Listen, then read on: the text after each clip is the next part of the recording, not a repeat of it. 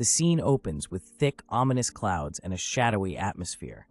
A trail of blood stains the floor, leading us to a tense encounter. Amidst the darkness, a mysterious figure in a white cloak demands, "Where is it?" Her presence is commanding, and her question hangs in the air, unanswered.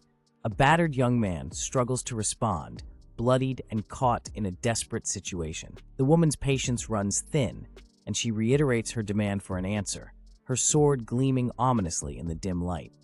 The young man braces himself against the cold, unyielding floor as a sense of relief washes over him, but a dark and gritty scene unveils feet on a cold stone floor, hinting at a tense and ominous moment.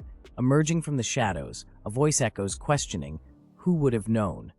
As the view widens, a woman with flowing blonde hair stands with a sword pointed at a dark-haired, seated figure.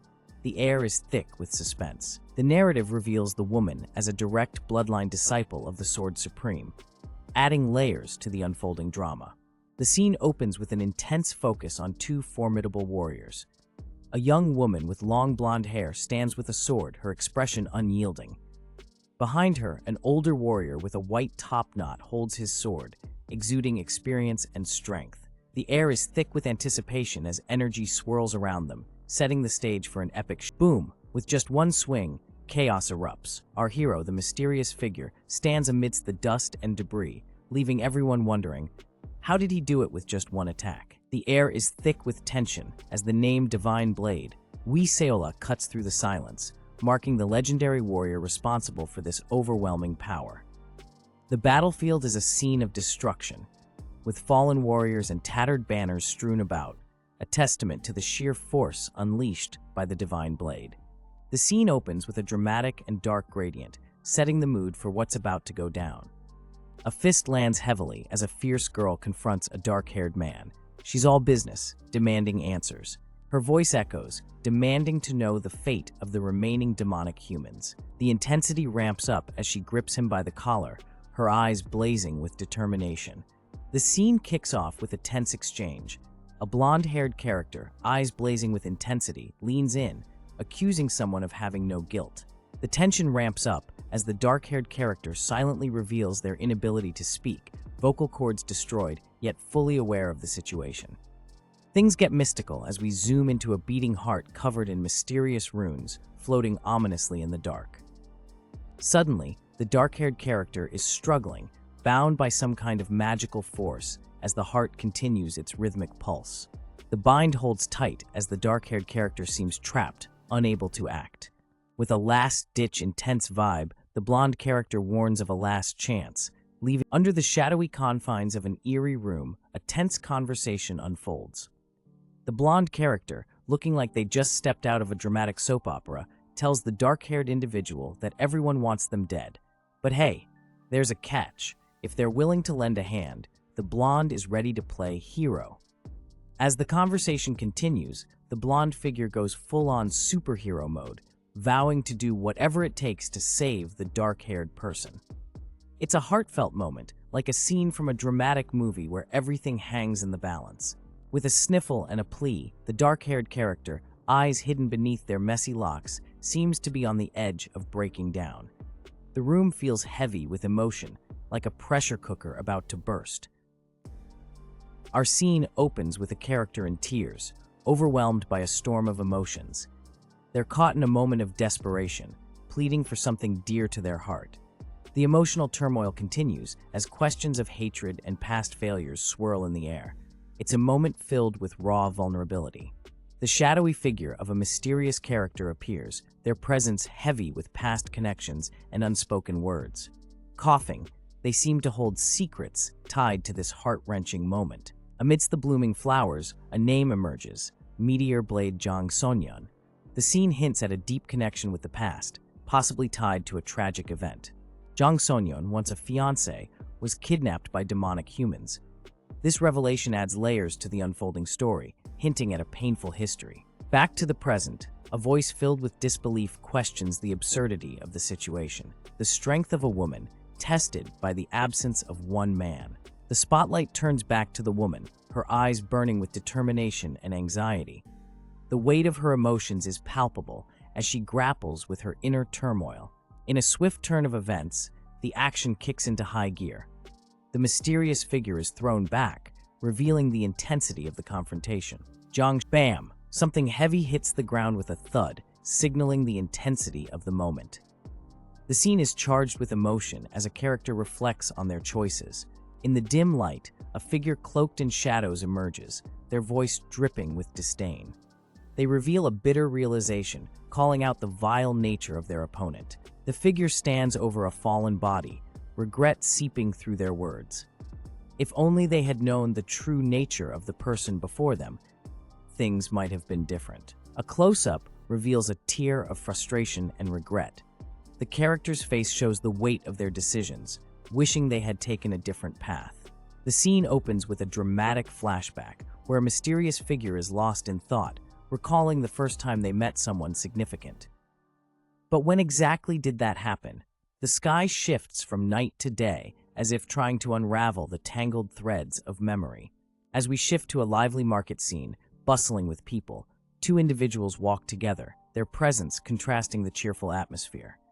A sense of nostalgia and doubt hangs in the air as one wonders, where did things go wrong?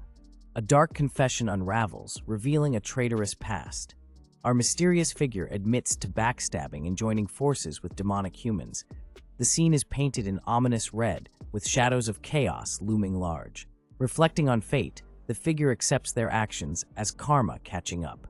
The atmosphere is heavy with inevitability, as if destiny itself is knocking on the door. Suddenly, we're in a dimly lit cell. A blonde-haired woman, tears glistening, stands alone. Her sniffles echo in the cold stone room, hinting at the scene opens with a blonde character, her eyes narrowed in curiosity or perhaps confusion as she observes something unseen. Her gaze is sharp, like she's piecing together a mystery. In a dimly lit room, a dark-haired figure is curled up on the floor. The air feels heavy, and there's an unsettling vibe. Something's definitely not right here. The blonde moves closer, her expression unreadable as she inches towards the shadowy figure. The tension in the air is almost palpable. Finally, a voice breaks the silence. Gu Yangchun, what are you doing? The words hang in the air, filled with concern or maybe frustration. The mystery deepens. Alright, so picture this. A mysterious hand, all scratched up, lying lifeless on the ground. The tension's rising with a dramatic heartbeat-like sound echoing in the air. Suddenly, cracks appear on the figure's chest, pulsing with ominous energy. Things are getting intense. The air is filled with confusion and panic as the mysterious figure lets out a gut-wrenching sound, clearly in distress. A dark figure stands tall, ominous, and foreboding as the afflicted character explains the curse that's got them all messed up. With trembling fingers, the character dips into a pool of blood, hinting at something seriously heavy weighing down on them. The blood smears across the ground as they struggle with what seems like a life-threatening dilemma. The scene shifts to a shadowy figure, cool yet sinister, explaining the deadly conditions of the curse. Break them, and it's game over. The stakes are sky-high as the revelation hits. Breaking the conditions will literally make their heart explode. Yikes! Dark energy swirls and crackles, emphasizing the explosive danger hanging over the character's head. Crippled by the overwhelming dread, the character clutches their chest, embodying the struggle between life and this deadly curse. The scene opens with a menacing aura, declaring the presence of the heavenly demon's demonic art. It's all about those dark, mysterious vibes. The tension thickens with a solemn vow to not betray the demon cult. Clearly, stakes are high in this shadowy world. Voices pierce through the darkness, calling out to someone named Gu Yangchun. It's like an alarm clock in a nightmare, urgently pulling him back. A hand reaches out, shaking Gu Yangchun, trying to snap him out of whatever trance he's in. Looks like someone's got a wake-up call. Why are you suddenly bleeding? The confusion is real as the air grows heavy with unspoken words and unasked questions. Bleeding on the floor, the mysterious figure is scribbling something, but it's clear. Words aren't cutting it anymore. What if there's more to this story? A voice echoes, "I told you," filled with desperation and a plea for understanding. Framed not by choice, not by will. Desperation flashes in her eyes as she asks, "Would you believe me then?" Her voice is a mix of hope and despair. With an intense gaze, she waits for an answer that never comes. Her eyes tell a story of regret and unresolved conflict. as if words could fix this mess. The figure on the ground has excuses aplenty, but none seem fit for the moment. Her eyes widen, a single tear escapes as she realizes it's too late. Words were never enough. The symbols on the ground, drawn in blood, tell a story of their own. Silent, ominous, final. A trembling hand, the last act of defiance or surrender. I'm done, but the words remain unfinished, lost in the void. In the depths of chaos, a figure emerges, fighting against a dark and overwhelming force. The tension is palpable, and the air is thick with dread. The struggle becomes more visceral as the figure's hands claw at themselves, trying to resist whatever dark energy is consuming them. The figure is thrown backward, their silhouette captured in a haunting moment of defeat as shadows close in around them. A mysterious voice echoes, "Can you hear me?"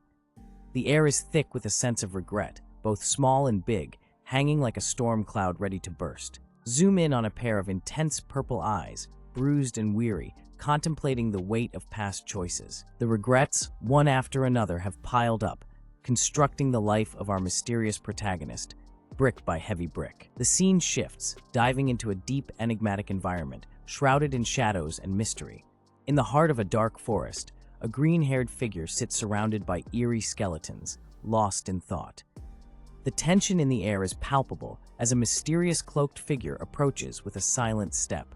The cloaked figure stands before the seated one, who looks up with a sense of recognition. The air is thick with unspoken words and past regrets. With a voice full of sorrow, the seated figure whispers, "I am so sorry." The air between them crackles with unresolved emotions. The scene shifts as the name Gu Yangchun echoes through the air. A new figure, desperate and tear-streaked, cries out, their voice full of anguish. Another close-up reveals tears streaming down the face of the distraught individual, their cries growing more desperate as the name Gu Yangchun is repeated. Finally, a close-up of a wounded person, battered and bruised, with tears mingling with dirt and blood, silently echoes the pain in the air. The scene opens with an intense vibe as the words "even this life" appear, setting the stage for what's to come. A mysterious figure stands in the rain, asking, "Are you crying?"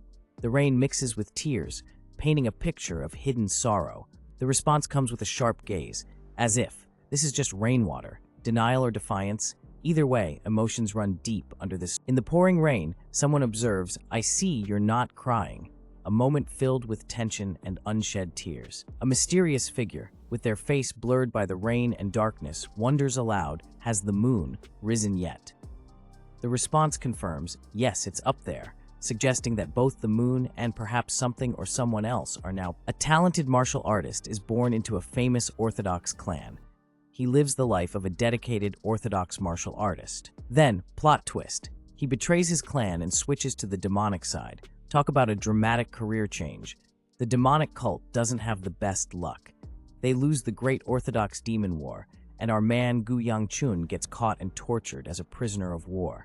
Sadly, Gu Yangchun's story hits a tragic pause before dying.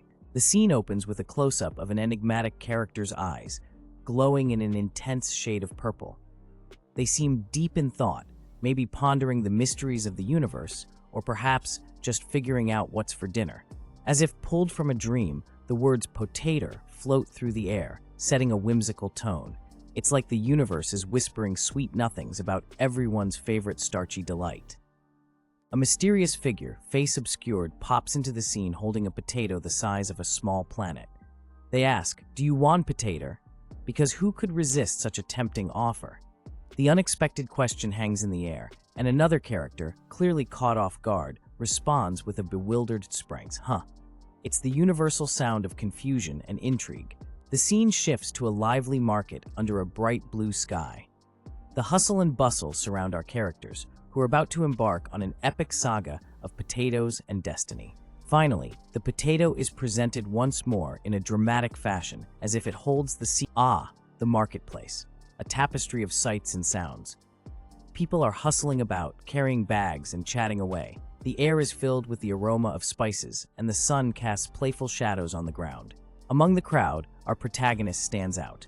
With a surprised look, he blurts out a loud "What?", drawing a few curious glances, but mostly ignored by the bustling crowd.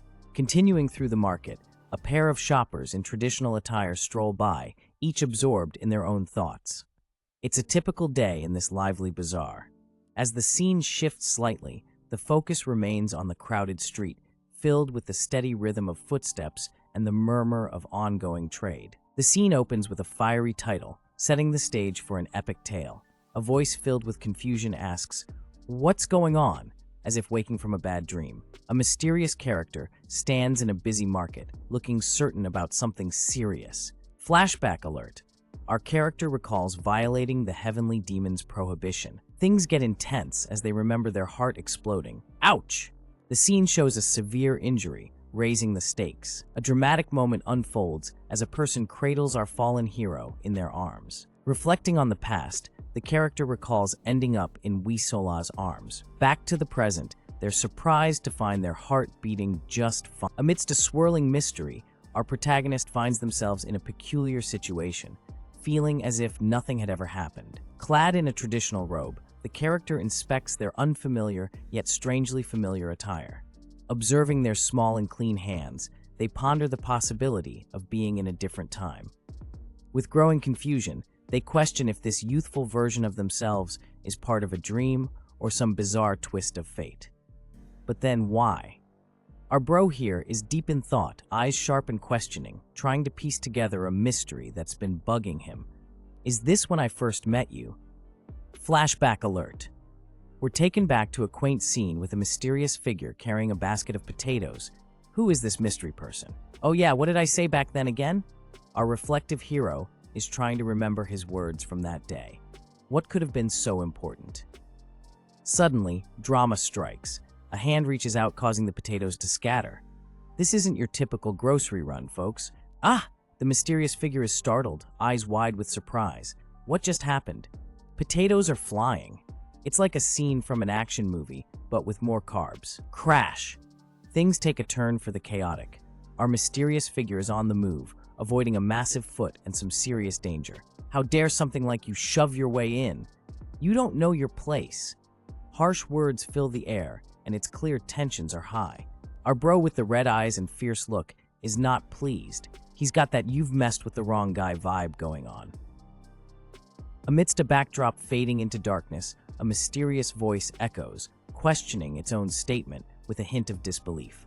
Wasn't that what I said? A character with disheveled hair and a thoughtful expression touches his head, wearing a red robe with intricate patterns, as if trying to grasp the reality of his situation. A close-up of a sly smile reveals the character's inner dialogue, as they come to terms with being in a dream, acknowledging the presence of lingering regrets. In a cozy room, a character shyly holds out a basket of potatoes, nervously asking, so you don't like potatoes?" Another character, with an amused glint in his eyes, responds, "Thanks, I'll enjoy it," accepting the potatoes warmly. With a grin, he holds up a potato, clearly ready to take a hearty bite. As he chomps down, his face contorts into surprise and pain, an unexpected heat searing his senses. He yelps, "Ouch!" bewildered by the experience, while the one who offered the potatoes looks on, amused. Laughter fills the air. "Pwahahaha!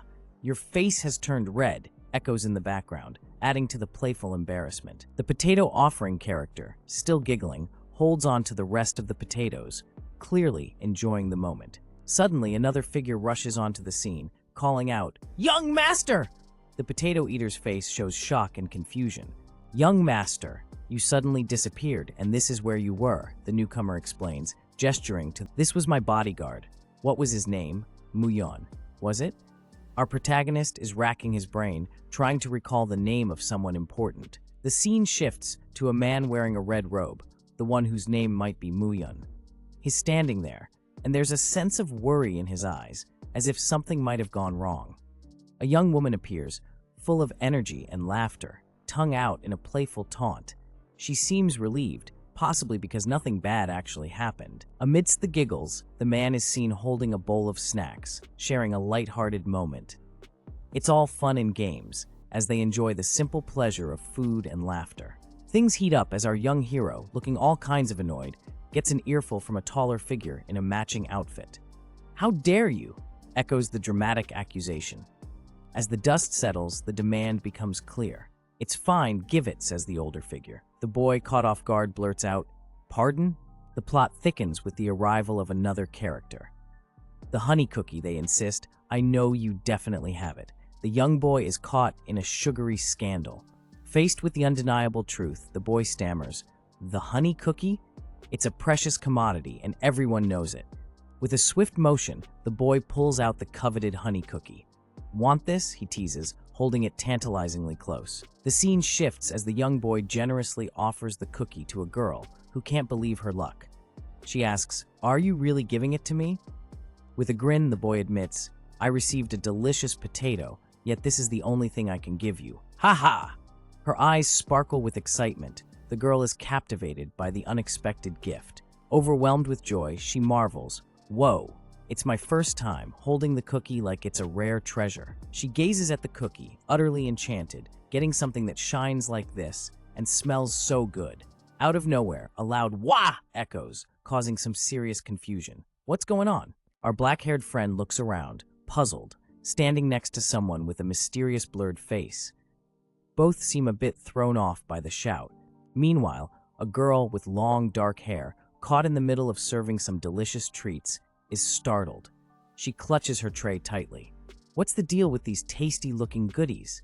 Amidst the bustling crowd, a young girl calls out "grandfather" and rushes towards an elderly figure. The scene is full of energy as people move about, unaware of the heartwarming reunion about to unfold. Feet shuffle and robes flutter as the crowd remains unaware of the emotional moment about to take place. Reunited at last, the girl embraces her grandfather tightly, relief washing over her face. "Wah, you are safe," he exclaims, overwhelmed with emotion. The grandfather, with a slight frown, reminds her, "I told you not to let go of my hand." But she brushes it off with a grin, proudly showing her potatoes. Priorities, right? With a mixture of exasperation and affection, the grandfather scolds, "You brat, the potatoes aren't the problem." He checks if she's unharmed, and she reassures him with a cheeky smile. Concerned, he asks, "You didn't cause any accidents, right?" She hesitates but insists she didn't, clutching the bowl of potatoes tighter. Suddenly, the atmosphere shifts. This person, the girl's eyes widen as something unsettling catches her attention. Startled, she blurts out, "Ah! I also gave one potato," her voice trailing off as she recalls the mysterious encounter. She points dramatically, to him. Her grandfather's eyebrows shoot up, curiosity piqued as he turns to see who she's indicating. A finger points accusingly as both grandfather and granddaughter look towards the unseen figure, the mystery deepening with a sense of anticipation. A young girl cries out to her grandfather as he pulls her along, clearly in a hurry. The girl is baffled, asking where he's taking her. The grandfather, with a serious expression, explains that his granddaughter is unaware of the world's ways and has offended a young master from a prestigious family. The scene shifts to a bustling marketplace. The grandfather bows deeply in apology, while the granddaughter stands beside him, holding a basket of buns, looking somewhat confused. The grandfather continues his apology, earnestly expressing regret for any offense his granddaughter may have caused. It's a peaceful scene filled with lanterns, where a young man assures an elder, "It's fine, elder." He feels grateful, saying, "If anything, I'm the one expressing my thanks." The young man explains that he was hungry and was given a potato, which he thoroughly enjoyed. To repay the kindness, he offers a honey cookie, asking if it's okay to give it. The elder stands silent, pondering the offer, while another character seems ready to speak. A lively girl pops up, her eyes sparkling as she exclaims, "Why, as okay with it?" Her excitement is infectious, and she praises the cookie, calling it sweet and shiny. With a burst of enthusiasm, she eagerly reaches out for the cookie, clearly thrilled by the prospect of enjoying it. The scene bursts into action with an elder and his companion emphatically refusing a precious gift. Their dramatic exit is so fast, it's like they're in an Olympic sprint. The young master is left standing there, utterly baffled, as if someone just told him the earth is flat. As the pair dash away, the young master manages a "huh" as he watches them vanish into the distance, clutching onto some mysterious items. Desperately, he calls out, "Elder, just one moment," trying to halt their escape. The elder, with a face full of concern and urgency, glances back. "Young master, if you are still angry, please take it out on me," he says, cutting off as their speedy retreat continues. Under the shadow of traditional rooftops, a young man with wild black hair and a confident grin makes a bold statement. Here, this is my answer, as addressing a girl with long brown hair who seems to be holding her breath in anticipation. As the scene unfolds, the young man, dressed in a red and black outfit, reaches out and clasps the girl's hand warmly. He says, "See you later," like he's off on an adventure, leaving the girl standing there with a basket full of potatoes, looking like she's just won the lottery. The girl's eyes turn into starry spirals of joy, her mouth agape in disbelief. Meanwhile, an old man with white hair and a long beard watches the young man with interest, pondering the scene quietly. The young man chuckles, scratching his head. "Ha, that's enough," as he offers even more potatoes. The old man's internal monologue reveals a hint of recognition. That child, as if he's seeing something familiar in the young man's demeanor. The girl is now practically buried in potatoes, her arms full as she looks up at him with a mixture of gratitude and awe. The old man, with a knowing look, whispers to himself, "Ah," before the realization hits him, "You've found him." There's a sense of destiny in the air. From a distance, the scene is serene, the marketplace backdrop bathed in soft light, as the young man strides away with purpose. As the dust settles, the old man and the ecstatic girl stand alone, still processing the whirlwind encounter. The young man, back at his base, shares a silent moment with another mysterious figure, his expression a mix of satisfaction and, with a sigh of relief, one of our main characters, likely a young master, seems to have been feeling a bit off. His companion, rocking the classic red and black robe combo, checks in on him. Looks like something's been bothering the young master. Suddenly, the scene goes all mysterious with a shadowy backdrop. We're teased with thoughts about that elder. Clearly, this dude's got some serious history. Turns out, this elder was the big boss of the Murim Alliance until recently. That's a title that comes with some major street cred. And there he is, the elder himself, chilling like a king on his throne, surrounded by his posse. The atmosphere is thick with power and mystery. And here we go, diving into the legend of the Three Supremes. These folks ain't your average warriors. They're the top dogs of Murim, making the unorthodox quiver in their boots. Now, one of these legends is the Sword Supreme. Yeah, the name says it all. This guy is the real deal, slicing through enemies like butter. Meet Wihyogen, the Sword Supreme himself. With a stance as solid as a rock and an aura that screams, we meet a young master sporting a sly smirk, exuding confidence like he's just figured out the secret to life. But wait, a voice cuts through the air, politely but firmly reminding our young master that it's time to head back. The scene shifts to a lively marketplace with people milling about under vibrant orange umbrellas, a perfect backdrop for our young master's adventures. In a bustling street, a figure draped in a striking red robe strides with purpose. People drift by, but this person's presence seems to command attention. Meanwhile, another character, a young man with tousled black hair, walks with a sense of determination. Their paths cross, and a silent understanding seems to pass between them. The air is thick with unspoken words and the weight of destiny. In the midst of this, a voice breaks through the tension, declaring, "Yes, let's go back." The atmosphere shifts, petals drift through the air, and a sense of peace washes over. "I no longer have any regrets," the voice continues. The scene transforms into a vivid landscape of cherry blossoms and sunlight, painting a picture of tranquility. A gentle breeze whispers, "It's time to wake up now," as the flowers sway and the light grows brighter. The vibrant colors of the meadow and the clear blue sky blend seamlessly. The scene becomes a serene expanse of sky and clouds, inviting a moment of reflection. A radiant sky stretches beyond, promising new beginnings and endless. The sky is clear and the sun shines brightly. As we look down, an impressive traditional building comes into view, its design both majestic and inviting. Two individuals stand before the building. One of them, a tall figure, respectfully announces their arrival to the young master. The young master, clad in a striking red robe, remains silent, perhaps deep in thought or overwhelmed by the grandeur of the place. Caught in a puzzling situation, our protagonist wonders why this strange dream-like scenario just won't end. If it is a dream, shouldn't they have woken up by now? The atmosphere turns eerie, with a shadowy figure on a throne, surrounded by a dark aura. Is this the sinister touch of the heavenly demon's curse? The scene shifts abruptly, and our protagonist hears a voice that sends chills down their spine. It's a voice they didn't expect to hear here. Facing a crowd, they spot someone familiar. It's Flame Sword Gu Yunso, the protagonist's second oldest sister, making a dramatic... In a scene filled with tension, we meet a character dressed in striking traditional garb. They ponder about a person who despised them more than anyone else. The air is thick with mystery and personal vendettas. The setting shifts to a gathering under a bright blue sky. A sense of anticipation builds as it's revealed that everyone has come together for a significant reason. And the moment we've all been waiting for, the clan head is making an entrance. This gathering is about to get a whole lot more interesting. In a traditional courtyard, our young protagonist with a messy black mop of hair squares up to a towering figure. "What are you up to this time?" he asks, clearly suspicious. The tension is thicker than oatmeal.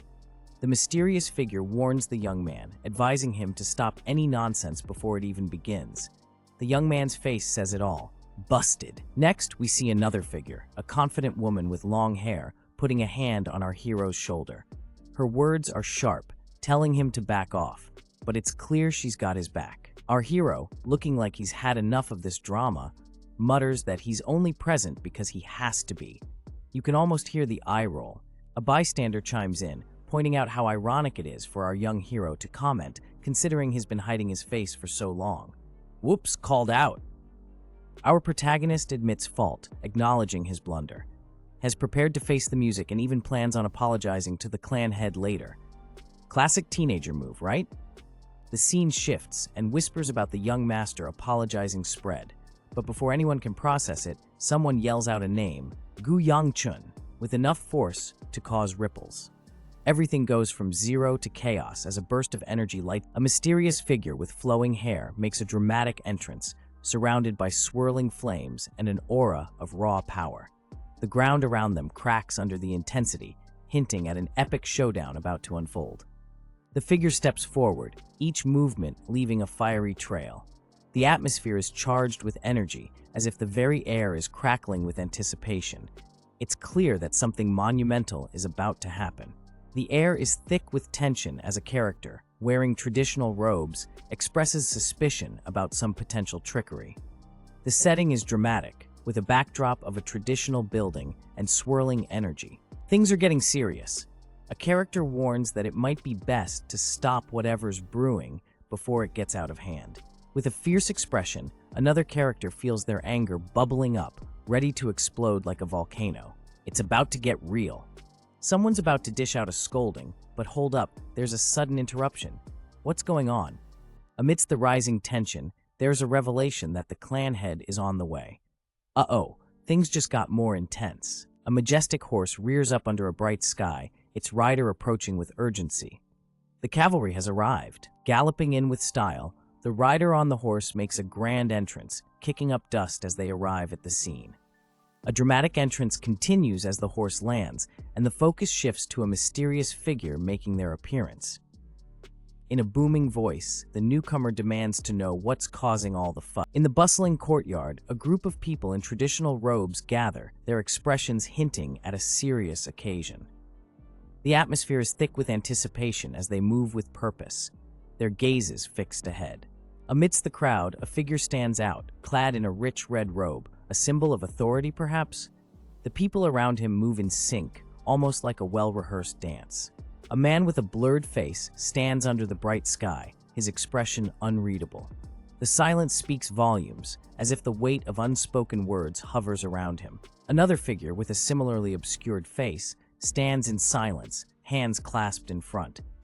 The air between them is charged, filled with unvoiced thoughts. Close-up of the bearded man, his eyes sharp and calculating. He surveys the scene with a gaze that could pierce through the toughest armor. His silence is louder than words. The bearded man, now referred to as Minister, stands with a commanding presence. His role in this unfolding drama seems pivotal. The blurred-faced man acknowledges the bearded figure as Patriarch. A conversation about sword units ensues, hinting at preparations for an upcoming event. The discussion continues, focusing on the readiness of sword units. The Patriarch gives clear instructions, emphasizing urgency. the bearded man leads a group through grand gates, his presence commanding attention. The scene is filled with a sense of purpose and urgency. Amidst the grand procession, the bearded man reflects inwardly, questioning the nature of his reality. His introspection adds a layer of mystery. Beside him, the young figure feels the weight of the bearded man's gaze, a familiar pressure that never seems to fade. Their dynamic is complex, laden with unspoken tension. A glimpse of the patriarch's foot as he steps forward, signaling an important moment. He addresses his standing on the grand steps. A mysterious dude with long black hair and a serious vibe is calling out for someone to meet him at the patriarch room, but they gotta come alone. No pressure, right? The scene shifts to a group of folks just standing there, looking like they've seen a ghost, or maybe they're just super confused. One of them breaks the silence, asking the all-important question, "Anyone got some digestive pills?" Now the story takes a chill turn with a dramatic title splash, as if someone just yelled, "Let the adventure begin." Night falls, and the sky is painted a deep blue with a full moon shining bright. It's the kind of night that makes you think something epic is about to go down. The camera pans down to reveal a stunning traditional building, its lights glowing warmly against the night sky, hinting at secrets hidden within. Inside, the halls are bustling with activity, and a grand feast is set up. The tables are loaded with delicious food, but something seems off. Maybe it's the tension in the air? A close-up of the food shows a bowl of rice and some tasty-looking dishes. But a sigh rings out, hinting that not everyone is thrilled about the meal. The young man from earlier is back, sitting at the table, looking more than a little fed up. He's thinking to himself how the meal at a family meal, our main guy is feeling a bit awkward being singled out. He's thinking it would be nice if someone could lighten the mood. The father starts speaking, addressing his second child. It seems like he's about to bring up something important. The father acknowledges the second child's recent achievement in martial arts, hinting at some pride in his voice. She responds enthusiastically, mentioning her small enlightenment, clearly proud of her progress. The father continues, praising her for becoming a 3-star, noting her advancement for her age. She thanks her father, feeling grateful for the recognition. The father finds it impressive that she's already a 3-star at her age, clearly proud of her hard work. He recognizes her talent and dedication, noting that even someone as gifted as her is putting in the effort. The main guy notices her smiling, thinking she looks better when she does. But then, he takes it back, realizing her expression is more intense than he thought. The father turns his attention to the third child, who is nervously eating his meal. The father mentions hearing about the third child going out on the streets, implying curiosity or concern. The third child admits to briefly going out for something he needed to do, seemingly trying to downplay the outing.